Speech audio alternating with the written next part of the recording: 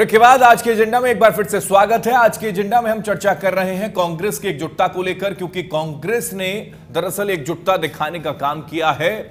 हम साथ साथ हैं की ओर इशारा उन्होंने कर दिया है, क्योंकि आने वाला वक्त चुनावी है और एकजुटता को लेकर जो सवाल खड़े हो रहे थे उनका जवाब भी दरअसल एक मंच के माध्यम से तमाम दिग्गज नेताओं ने दिया है एकजुट होकर। इसी पर चर्चा कर रहे हैं। लगातार तीनों खास मेहमान हमारे साथ बने हैं। अनिल जी हमारे साथ हैं, रवि सक्सेना जी हमारे साथ हैं, सतीश जी हमारे साथ हैं।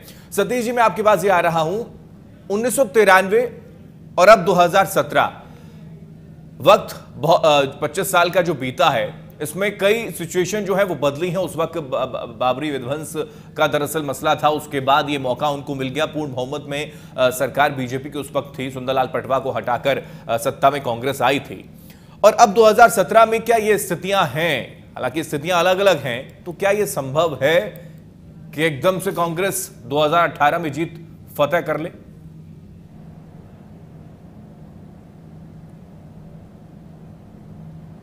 आज की तारीख में यदि हम बात करें तो यह संभव नहीं लगता है, लेकिन अभी करीब 1.5 साल चुनाव होने में है। जी और जी। इस बीच में सरकार किस तरह से चलेगी और कांग्रेस की जो एकजुटता है वो किस तरह से चलेगी और जनता उस पे कैसे रिएक्ट करेगी, तो कोई भविष्यवाणी आज की तारीख में नहीं की जा सकती। लेकिन एक पत्रकार के तौर पे मैं पिछले 25 वर्ष से विधानसभा भी देखता रहा हूं और दोनों पार्टियों को बहुत करीब से मैंने देखा है।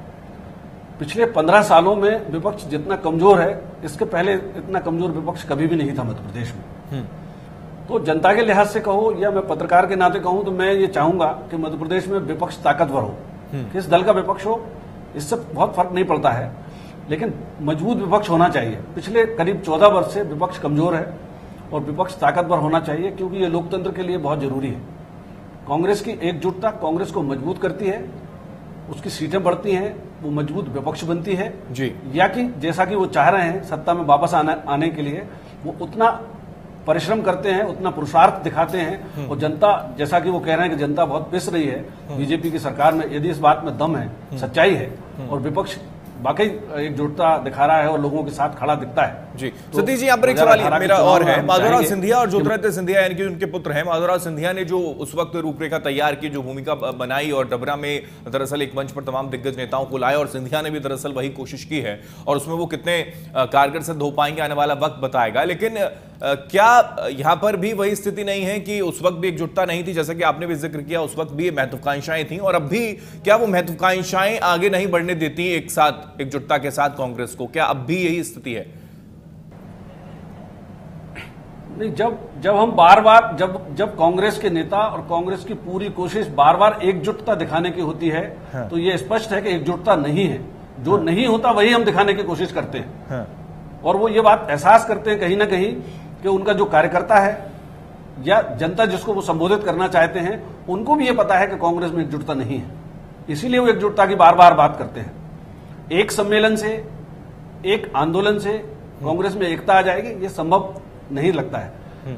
आज जो कार्यक्रम हुआ है इनका लाहौर में, आप देखिए वहां सत्ताधारी दल के विधायक हैं डॉक्टर गोविंद सिंह, और वो उस वक्त में भी वहां से विधायक थे पिछले 3 बार से, जबकि भारतीय जनता पार्टी सब तरफ जीत रही है। लाहौर में कांग्रेस ही जीतती है, यानी कि डॉक्टर गोविंद सिंह जीतते हैं। तो कांग्रेस में अभी इस समय जो 56 उनके विधायक हैं, जिनमें डॉक्टर गोविंद सिंह भी शामिल हैं, अजय सिंह भी शामिल हैं, वो व्यक्तिगत हैसियत में ज्यादा चुनाव जीतते हैं बशर्ते कि पार्टी से। कांग्रेस को कोशिश ये करनी होगी और ये दिखाना होगा कि जैसे कि भारतीय जनता पार्टी का प्रत्याशी जीत जाता है, प्रत्याशी बदल देते हैं तो भी जीत जाता है। इस बार के आप विधायक देखेंगे 2013 में जो लोग जीते हैं, उनमें से बहुत सारे लोगों के टिकट काट के, सिटिंग एमएलए के टिकट काट के नया आदमी खड़ा किया और वो जीत गया। क्या कांग्रेस ऐसा कर सकती है लाहौर में, चौरहट में या कहीं किसी और स्थान पे? शायद नहीं कर सकती है। तो कांग्रेस के पास अभी बहुत समय है, उनको स्ट्रेटेजी बनानी होगी। लेकिन आज जो सम्मेलन मैंने वहां की जो खबरें पढ़ी हैं, जी जी, अजय सिंह जो कि नेता प्रतिपक्ष है, उन्होंने कहा कि कांग्रेस की सरकार यदि आएगी तो 5 हार्स पावर तक की बिजली मुफ्त कर देगी, 1 बत्ती मुफ्त कर देगी।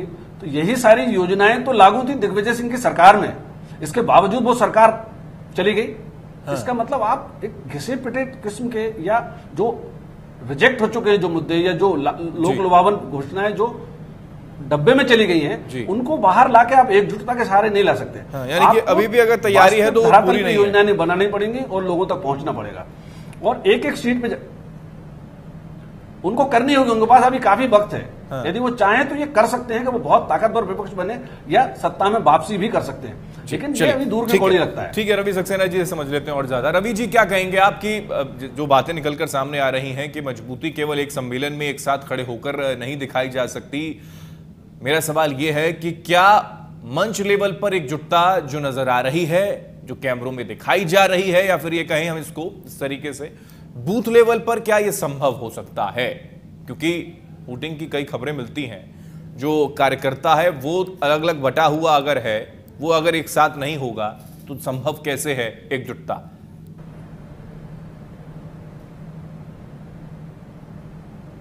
देखिए अहमद जी, कांग्रेस पार्टी के बारे में, कांग्रेस के नेताओं के बारे में ये बहुत अनर्गल प्रचार किया जाता है कि कांग्रेस एक नहीं है, उनके नेता एक नहीं है, वो गुटबाजी बहुत है।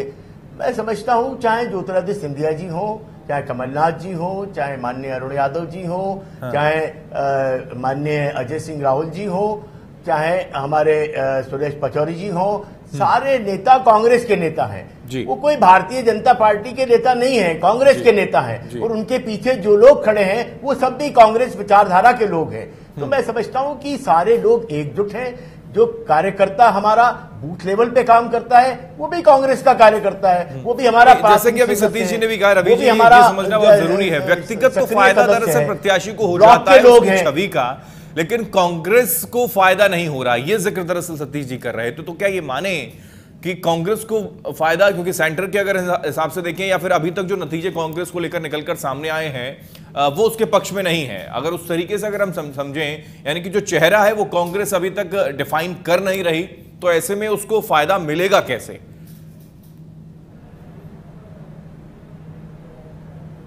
नहीं देखिए हेमंत, ये एक बहुत बड़ा अनर्गल प्रचार किया जाता है भारतीय जनता पार्टी के बारे में कि वो बहुत कॉर्डर बेस्ड पार्टी है, बहुत अनुशासित पार्टी है, दिस एंड दैट, और आरएसएस के लोग उसमें पीछे लगे पड़े हैं और वो सारे के सारे लोग उनको बहुत ताकत देते हैं। भैया, अगर इतनी ही बड़ी पार्टी है और इतना ही बड़ा कॉर्डर बेस आपका रहा है तो 60 साल तक आप सत्ता से बाहर क्यों रहे? जनता ने आपको क्यों रिजेक्ट कर दिया? आप तो 2 सीट तक की पार्टी थे। आपका उस समय कार्डर कहां गया था? क्या उस समय आरएसएस नहीं थी? क्या उस समय आरएसएस का स्वयंसेवक जो है घर में सो रहा था? ये सब झूठा और अनर्गल प्रचार है। ये भारतीय जनता पार्टी के लोग जहां कीचड़ नहीं होती है वहां समुद्र दिखाने का प्रयास करते हैं, और इनकी राजनीति का आधार ही वो है कि कांग्रेस पार्टी को बदनाम करो, उनके बारे में अनर्गल प्रचार करो और ये बताओ कि ये एक नहीं है। अरे हम एक नहीं है तो आप क्या एक हो? आप हो कौन? इतने साल तक आप लोगों को, 60 साल तक सत्ता से बाहर इस देश की जनता ने क्यों रखा? आप इतने बड़े संगठन करता थे, आप इतना सारा आपके पास कार्डर था, तो वो कार्डर उस समय कहां गया था? तो ये इस तरह का एक अनर्गल प्रचार करके, सांप्रदायिक भावनाएं भड़का के, पोलराइजेशन करके, कभी गाय की बात करके, कभी राम जी की बात करके सत्ता में आ जाते हैं, और जब सत्ता से बाहर होते हैं तो वो राम जी को भी भूल जाते हैं, गाय को भी भूल जाते हैं, और ये जो पोलराइजेशन करने का इनका जो एक षड्यंत्र होता है वो उसी समय जब करते हैं। ये तो आप मानेंगे कि 13 सालों में आप भी विपक्ष में हैं, आप भी आने का प्रयास तो करते रहे लेकिन आ नहीं पाए। क्या वजह है? मुद्दे तो बहुत मिले लेकिन फिर भी उसको भुना नहीं पाई कांग्रेस। इसके अलावा और कोई काम आपने सुना है? मैं तो आपसे पूछ रहा हूं हेमंत जी, आप मुझे बताओ, पूरे देश में इस समय बात किस बात की हो रही है? कोई विकास की बात कर रहा है? कोई गरीब की बात कर रहा है? कोई युवा की बात कर रहा है? कोई रोजगार की बात कर रहा है? नहीं कर रहा है। केवल मांस की, रोमांस की, गाय की, बछड़े की, या इस तरह के सांप्रदायिक जो शक्तियां हैं उस तरह की बातें कर रहे हैं। कहां कर रहे हैं ये लोग विकास की बात? कहां गई जीडीपी ग्रोथ आपकी? कहां गया आपका मैन्युफैक्चरिंग सेक्टर? इस पे कोई बात नहीं कर रहा है। कहां गए वो 2 करोड़ रोजगार की बात करने वाले लोग? रोजगार जो है वो कम होता चला जा रहा है। 3 साल के अंदर मात्र आप 1.5 लाख लोगों को रोजगार दे पाए हैं, ये आपने खुद बोला है लोकसभा के अंदर। ये कोई मेरे आंकड़े नहीं है जी। 3 साल में तो आपको 6 करोड़ युवाओं को रोजगार दे देना चाहिए था। इन सब से ध्यान बटाने के लिए इसी तरह का नहीं। रवि जी ठीक है, ये बात ठीक है आपकी, आप जो बातों का जिक्र कर रहे हैं सेंटर के लिहाज से चीजें ठीक लगती हैं, लेकिन अगर मध्य प्रदेश की हम बात करते हैं, वहां की स्थिति थोड़ी सी अलग इस वजह से हो जाती है कि एक व्यक्ति पर यानी कि जनता विश्वास किस तरीके से करेगा। जनता चाहती है कि मजबूत विपक्ष सामने आए, लेकिन वो कौन होगा, किसके दम पर आगे कांग्रेस बढ़ेगी, इसको लेकर ही सस्पेंस इतने समय से बना हुआ है। इतना समय हो गया, क्या इसको डिफाइन नहीं किया जा सकता? हालांकि ये बात ठीक है आपकी कि ये कांग्रेस की स्ट्रेटेजी है कि कभी भी डिफाइन नहीं किया जाता है, लेकिन क्या यहां पर जरूरी नजर नहीं आता?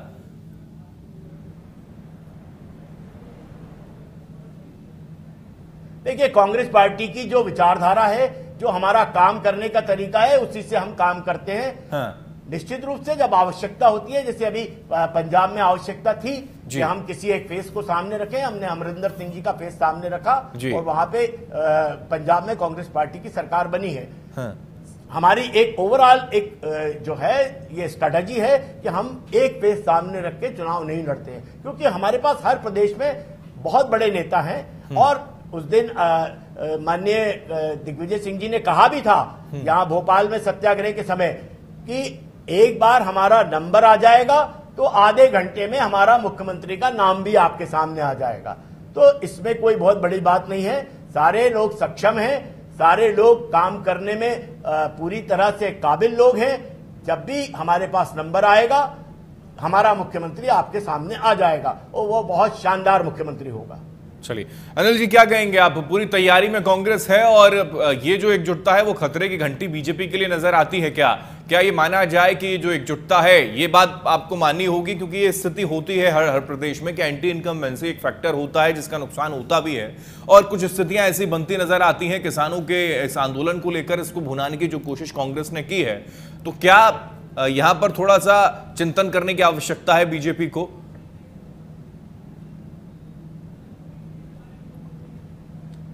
देखिए हेमंत जी, ऐसा हम लगातार चिंतन भी कर रहे हैं, लगातार विकास के काम भी कर रहे हैं, हम सक्रिय भी हैं और इस मामले को लेकर जो थोड़ी बहुत चिंता है, हमारी कमियां हैं। और जैसे कांग्रेस के लोगों ने बताया है, इतने विकास तो हो नहीं रहा है, रवि जी कह रहे हैं कि युवाओं को रोजगार नहीं मिल रहा है, उसका ही ये परिणाम है कि हम नीचे नहीं, ये तो सरकार की बात कह रहे हैं ना। और उन्होंने कहा भी है कि वो 60 साल तक रहे तो युवाओं को रोजगार नहीं मिला। अभी की बात हो रही है। 3 साल माननीय मोदी जी ने जो वादा किया था कि वो 2 करोड़ लोगों को प्रतिवर्ष रोजगार देंगे, हम उस 3 साल की बात कर रहे हैं। हमने तो दिया, हमारे सामने तो युवाओं की एक बहुत बड़ी फौज खड़ी करी और उस फौज को हमने टेक्नोक्रेट बनाया। पूरी दुनिया के अंदर आज हमारे टेक्नोक्रेट काम कर रहे हैं। झूठा प्रचार आप करते हैं, शक्ति थी, हमने टेक्नोक्रेट बनाया उनको, हमने उनको सॉफ्टवेयर दिया, हमने उनको हार्डवेयर दिया। किसको?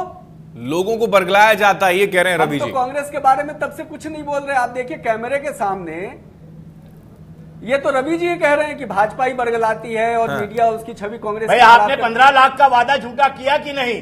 स्विस बैंक से पैसा लाने की बात की कि नहीं? वो सारी बातों पे जिन पे कि आप चुनाव लड़के आए थे, वो सारी बातें गई कहां? वो तो सब हवा हवाई हो गई। और अमित शाह जी कह रहे हैं वो तो सारे जुमले थे चुनाव। भाजपा तो आपके नेता तो खुद ही बता रहे हैं कि आप कितने बड़े झूठे हैं और आप झूठ बोलना आपका। ठीक है रवि जी, एक बार अनिल जी को सुन लें प्लीज जी।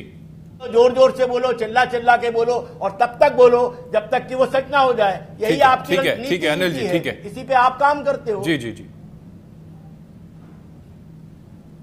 मेरा बस इतना कहना है कि भारतीय जनता पार्टी अपने संगठन की, अपने विचारधारा की, अपने कार्यकर्ताओं की चिंता करती है। जो लोग सरकार में गए हैं वो सरकार चलाने का काम करते हैं। हम कांग्रेस की और दूसरे दलों की, दूसरे संगठनों की ज्यादा चिंता नहीं करते। हम सकारात्मक वृत्ति से, सकारात्मक भाव से, सक्रियता से हम अपना कैडर प्रशिक्षित करते हैं, हम नेताओं को प्रशिक्षित करते हैं, हम लोगों को अपनी बात लोगों तक पहुंचाने की कोशिश करते हैं। और इसीलिए किसानों के लिए कुछ योजनाएं बनी, कुछ नीतियां बनी, उसमें कुछ कमी रह गई तो हमने उसको आइडेंटिफाई करने के लिए, नीचे स्तर तक पहुंचने के लिए किसान संदेश यात्रा निकाला। हम ये जानना चाहते हैं कि जो सरकार ने योजनाएं बनाई वो नीचे तक पहुंची कि नहीं पहुंची, कहां तक पहुंची, और उसको पहचान करके, चिन्हित करके। अभी आप देखिए बुधनी की घटना मीडिया ने दिखाई, इतने समय के बाद आप जानने की कोशिश कर रहे हैं अनिल जी, तो फिर इस पर तो विपक्ष सवाल दागेगा ही कि अब से क्या कर रही थी अब तक सरकार। 15 साल बाद आप ये कर पाए मुख्यमंत्री के क्षेत्र में। अच्छा है, हम तो मुख्यमंत्री जी के क्षेत्र में 15 साल बाद आप 2 बच्चियों को नौकरी पढ़ाई करवा पाए, इससे बड़ा दुर्भाग्य और क्या होगा। मुख्यमंत्री जी का क्षेत्र वीवीआईपी क्षेत्र है, जहां पे कि आप बात करते हैं वहां पर 2 बेटियां, उनको हल चलाना पड़ रहा है, बेल की जगह जुतना पड़ रहा है, और आप कह रहे हैं कि हमने विकास किया है, हमने किसान की भलाई की है। ये भलाई की है आपने। कल आप आरएसएस की बात कर रहे हैं। भैया जी जोशी आए थे 2 दिन पहले भोपाल में, और क्या कह के गए हैं कि ये सरकार जो आप चला रहे हैं ये प्रचार की सरकार है, ये पोस्टर की सरकार है, ये ऐसे काम नहीं होगा। जब वो स्वयं आपको आईना दिखा रहे हैं तब तो आईना देख लीजिए कि आप केवल क्या बताइए, जवाब क्या अनिल जी? अनिल जवाब दे दीजिए, आपकी कमजोरियों के बारे में पता है कांग्रेस को?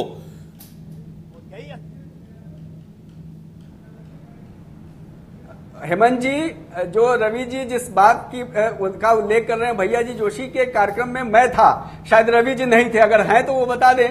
और रवि जी उस बैठक में और उस कार्यक्रम में गए थे क्या?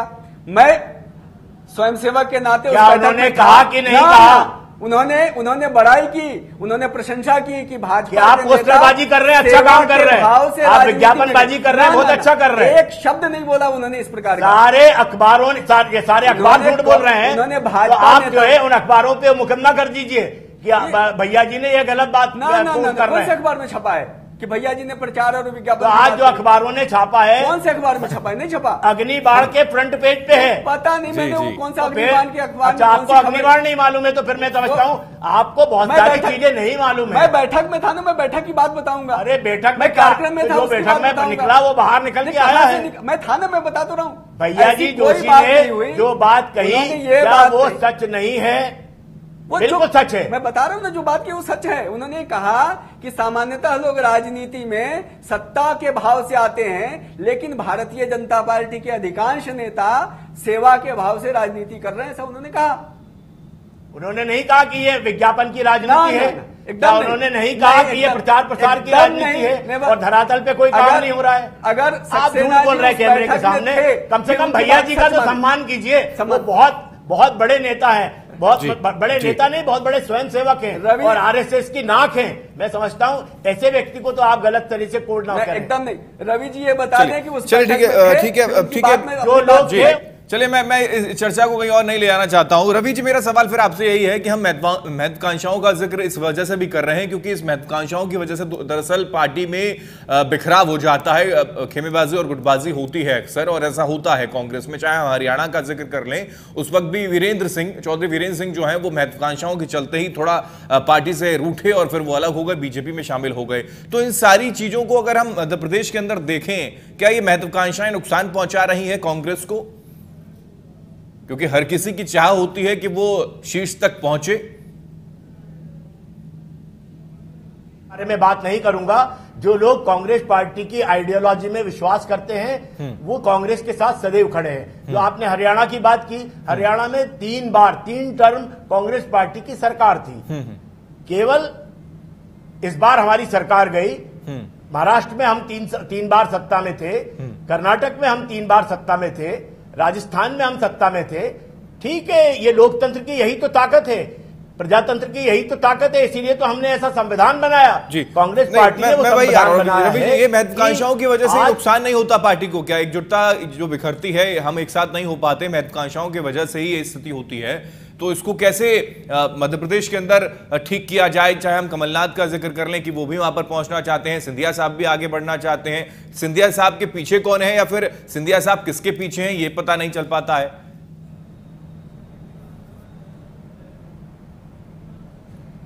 हेमंत, आपको मैं एक बात कहना चाहता हूं।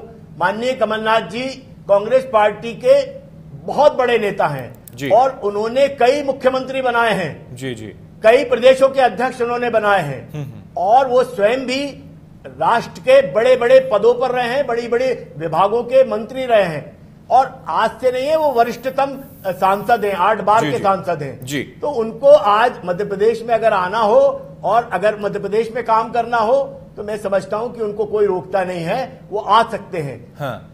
जहां तक ज्योतिरादित्य सिंधिया जी की बात है, वो भी हमारे 3 बार के सांसद हैं, निर्विवाद नेता हैं, युवा हैं, ऊर्जा से भरे हुए हैं, काम करना चाहते हैं। जब आप देखते हैं, जब राहुल गांधी जी के साथ वो संसद में बैठते हैं, उसी बेंच पे बैठते हैं और जिस तरह से भारतीय जनता पार्टी के घपले घोटालों को, उनकी अनीतिपूर्ण कार्यों को जिस तरह से पर्दाफाश करते हैं, निश्चित रूप से पूरा देश उनको देखता है। उनकी विद्वता को देखता है, उनके वाक्यों पर जाता है, उनको देखता है कि कितने अच्छे वाक्यों के माध्यम से, कितनी अच्छी भाषा के माध्यम से वो भारतीय जनता पार्टी की सरकार को घेरते हैं। तो मैं समझता हूं कि वो भी केंद्रीय मंत्री रह चुके हैं, उनको कोई जरूरत नहीं है, जब उनको आना होगा वो आ जाएंगे। तो ये कोई इनकी महत्वाकांक्षाओं की जो आप बात कर रहे हैं, चाहे अरुण यादव जी को देख लें, 2 बार के सांसद, लेकिन दिग्विजय सिंह ने तो दरअसल खुद ही वो पीछे हो गए हैं। वो ये भी कह रहे हैं कि मेरे को जहां बुलाया जाएगा वहां पर मैं पहुंच जाऊंगा, यानी कि वो केवल अपना जो कद है उसको खुद ही कम उन्होंने कर दिया क्या? क्योंकि लगातार एकजुटता को लेकर जो सवाल खड़े हो रहे हैं, तो जब एक बार वो आए प्रेस कॉन्फ्रेंस सामने, जब उन्होंने कही तो उन्होंने कहा कि मेरे को जहां मेरा यूज किया जाएगा वहां मैं उसके लिए तैयार हूं।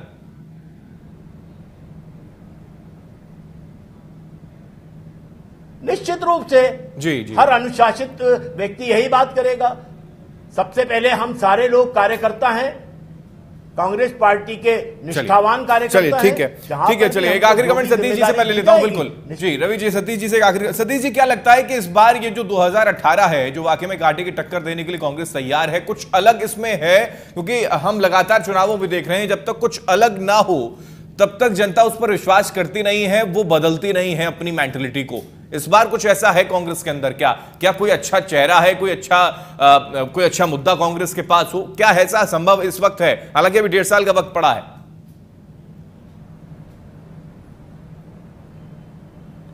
नहीं, मुझे ऐसा लगता है कांग्रेस के पास नेता भी वही हैं, जी, उनकी एकजुटता भी वही है जी, कार्यकर्ता भी वही हैं। हाँ। जो नएपन की बात कर रहे हैं आप, उसमें नयापन मुझे कहीं नहीं लगता है। जहां तक संगठन की बात है, वही मोहन प्रकाश 2008 में थे, वही मोहन प्रकाश अभी भी मध्य प्रदेश के प्रभारी हैं, 2013 में भी वही थे। तो कांग्रेस में मुझे नहीं लगता कि कोई किसी किस्म का बदलाव है, सिवाय इसके कि 10 साल दिग्विजय सिंह ने खुद ही कहा था कि मैं 10 साल तक संन्यास लूंगा, खासकर मध्य प्रदेश की राजनीति से। तो उनके 10 साल बीत चुके हैं और उसके बाद वो उस अपनी संकल्प से बाहर निकल चुके हैं जी। इसके बावजूद कांग्रेस में ही राष्ट्रीय स्तर पर उनकी पोजीशन बहुत अच्छी इन दोनों नहीं है, खासकर गोवा के बाद से जी, बिल्कुल। इसलिए वो अपने को पीछे रख के चल रहे हैं। जी। तो कांग्रेस की स्थिति भिन्न नहीं है। जनता के लिहाज से देखें तो कांग्रेस की स्थिति बिल्कुल भी भिन्न नहीं है। जी। संगठन को लेके, आंदोलन को लेके, एकजुटता के राग को लेके। चलिए, बिल्कुल सतीश जी, माफी के साथ रोकूंगा, वक्त की बेहद कमी है, चर्चा को यहीं विराम देना होगा। सतीश जी, बहुत शुक्रिया हमारे साथ चर्चा में जुड़ने के लिए। अनिल जी, आपका भी बहुत शुक्रिया हमारे साथ चर्चा में जुड़ने के लिए। रवि जी, आपका बहुत शुक्रिया चर्चा में जुड़ने के लिए। माफी के साथ अनिल जी, आपको रोकना चाहूंगा और चर्चा को यहीं विराम देना होगा मुझे। तो कुल मिलाकर एकजुटता को लेकर दरअसल एक हाथ मिलाकर मंच पर खड़े तमाम दिग्गज नेता नजर आए हैं मध्य प्रदेश के अंदर, और वो बताने की कोशिश कर रहे हैं कि हम एकजुट हैं और आगे आने वाले वक्त में 2018 का जो दरअसल जीत है वो उनको जरूर मिलने वाली है, एकजुटता के साथ, जो अब तक नहीं थे। शायद इस वजह से वो एकजुटता दिखाने की कोशिश कर रहे हैं, लेकिन ये एकजुटता बूथ लेवल तक, क्योंकि मंच तक दिखाई दी है, बूथ लेवल तक पहुंचेगी या फिर नहीं, वो परिणाम 2018 के बताएंगे। इसी के साथ आज के एजेंडा में इतना ही, लेकिन देश प्रदेश की तमाम खबरों के लिए आप देखते रहिए इंडिया न्यूज मध्य प्रदेश छत्तीसगढ़। नमस्कार।